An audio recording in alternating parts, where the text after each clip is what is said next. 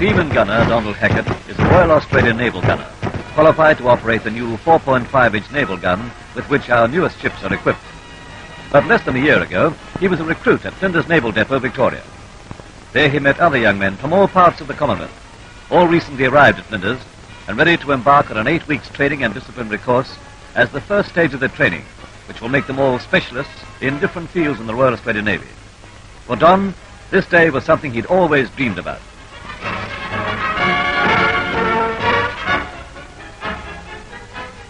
Very early in their training, naval recruits are brought face to face with the hazards of fire and water. All officers and men in the Royal Australian Navy are trained to use firefighting apparatus. The recruits are taught how to fight fire in the presence of electricity, which must be treated with great respect.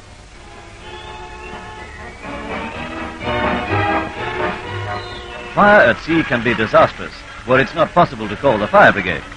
So every sailor must be a fireman, trained in every aspect of shipboard firefighting.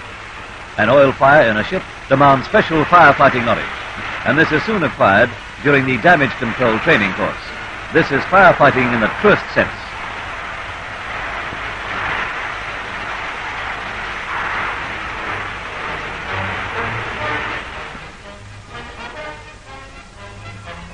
In an underground tank, various types of damage which will result in water pouring into a ship are simulated. A member of the Watertight Integrity Patrol discovers the damage and telephones for assistance from the fire and repair party. The damage simulated involves holding of the ship's side by bomb splinters, a split seam, and a damaged water pipe. This course of training increases further the self-confidence of the recruits under difficult conditions and fits them to cope with almost any eventuality.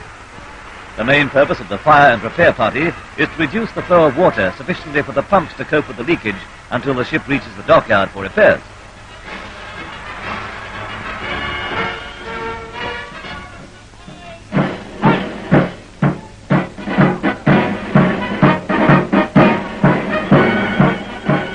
Within 2 months, our recruits have completed their basic course. Already they feel they are part of the Navy, a service with a background of tradition that gets into a chap and makes him feel he really has an important place in the scheme of things.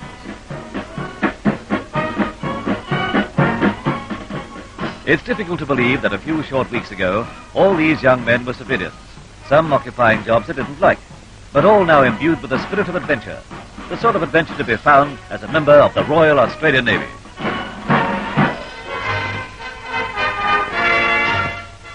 Recruit Donald Hackett now embarks on the seamanship course. And surely no sailor would be worthy of the name if he was not an expert at rope work. In the seamanship school, Don is trained in every aspect of rope work and rigging, and accurately made models augment studies in the classroom.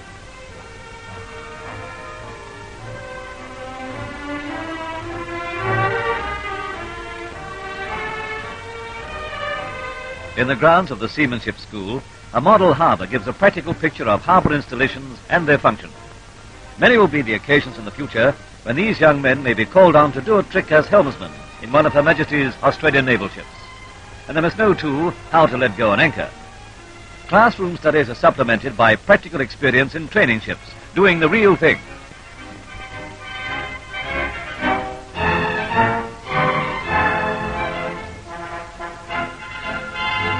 Every seaman recruit is trained in practical seamanship.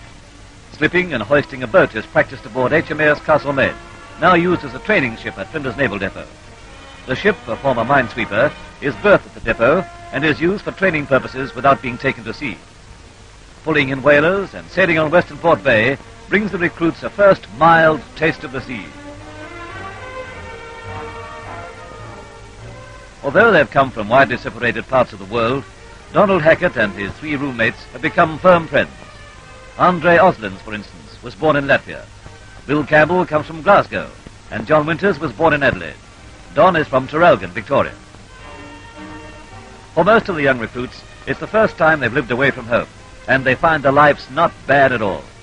Good quality, well-planned meals, and above all, comradeship, one of the most important factors attracting young men to life in the services, all help the young sailor to adapt himself readily to his new and vitally interesting life.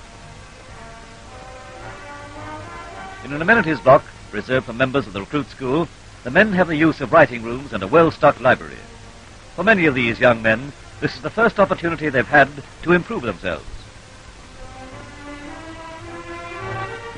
But it's not all work at Flinders Naval Depot. There's time to play. In fact, it's compulsory for all men in training at the depot to participate in sport of some description each week. There is good-natured rivalry in all these events, which help to keep body and mind fit during this intensive training period.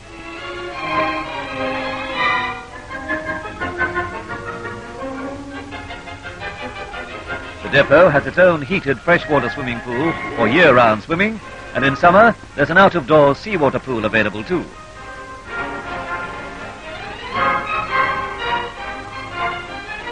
The depot has one of the finest picture theatres to be found anywhere in Australia, and the latest films offer entertainment of a quality that could not be surpassed.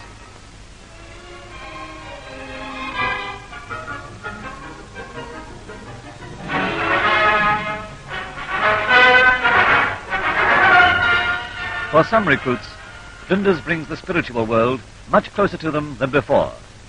In the fine chapels of the base, services remind the men and women of the Royal Australian Navy of the tremendous value the philosophy of Christianity can have in their lives. There are 13 schools at Flinders Naval Depot, each one well equipped to train our sailors in a multitude of special skills. Don Hackett has completed his seamanship course and is now taking a specialist course in naval gunnery. In the gunnery school, he makes his first acquaintance with the practice 4-inch naval gun. This gunnery course will occupy about 9 weeks, and Don will emerge from it as a seaman gunner. At the Naval Gunnery Range at West Head, the lectures in the classroom and the experience gained with the practice guns are brought to a practical application.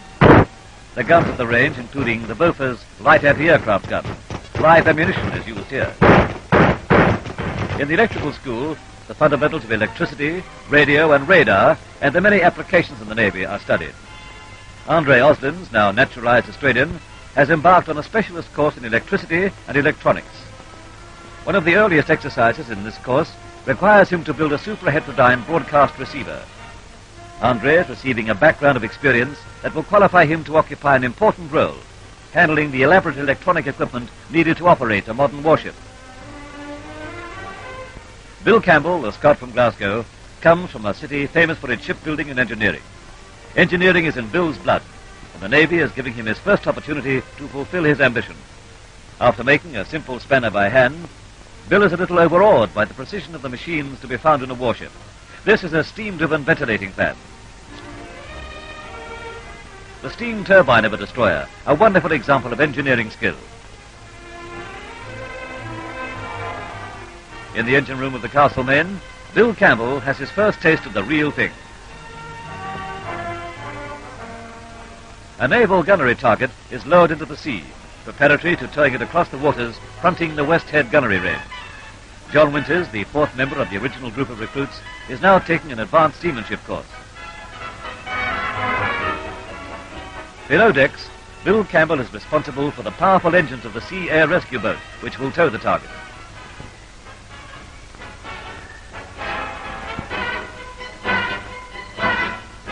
At the West Head Range, Andre Osland is a member of the team responsible for the accurate function of the radar-operated gun directing equipment.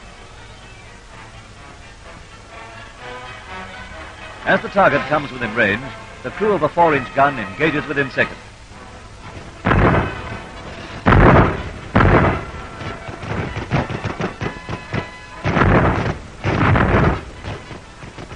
Donald Hackett, now a seaman gunner, is working as a member of a team, the skill of which is dovetailing with the skills of many other specialist teams, all functioning with one important aim, the defense of Australia and our sea lanes, the disruption of which would make it impossible for us to sustain a war effort, and would